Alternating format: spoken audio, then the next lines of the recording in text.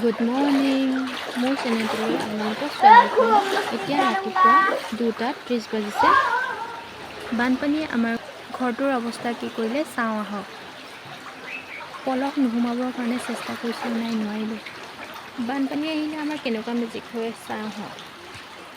পানীখিনি সোমালে নহয়, আমাৰ ইমান স্পীডত আহে নহয় পানীখিনি, একদম পটাপট মানে বস্তু উঠাবলৈ সময় নোহোৱা হৈ যায়। আৰু ঠিক তেনেদৰে আকৌ সোনকালেও শেষ হৈ যায়, এঘণ্টাৰ ভিতৰতে আকৌ নাইকিয়া হৈ যায়। চবেই নিজৰ নিজৰ কামত লাগি আছে। মই মাটি ঘৰৰ বস্তুবিলাক উঠোৱাত লাগি আছোঁ, আৰু মায়ে গৰু ছাগলী সেইবিলাক উঠোৱাত লাগি আছে। দাদা আৰু বৌ দোকানৰ চাউল আনি থোৱা আছিলে ৰাইজৰ কাৰণে, সেইবিলাকো উঠাবলৈ লাগি আছে। দেখিছে নহয় কিমান পানী হৈছে, চাংঘৰত গৰু উঠাবলগীয়া হৈ গৈছে আমাৰ। এতিয়া লাহে লাহে অলপ পানী কমি গৈছে, সেই চিনবিলাক দেখুৱাইছে।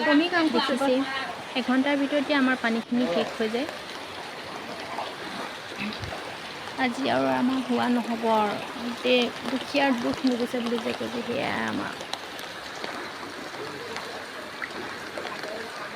বৰষুণ দিয়া লাহে লাহে কমি আহিলে, আৰু দাদাহঁতে বাহিৰত ওলাই গৈ মেলি চাবলৈ গৈছে চব ঠিক ঠাক আছেনে নাই বাকীবিলাক। সেইফালে বানপানী দেখিছেনে, ভৰি আহিছে, পানীখিনি অকণমান কমি আহিছে। দেখিছোঁ নহয় সেই চিনবিলাক যে দেখিছে, ইমান পানী আহিছিলে চব।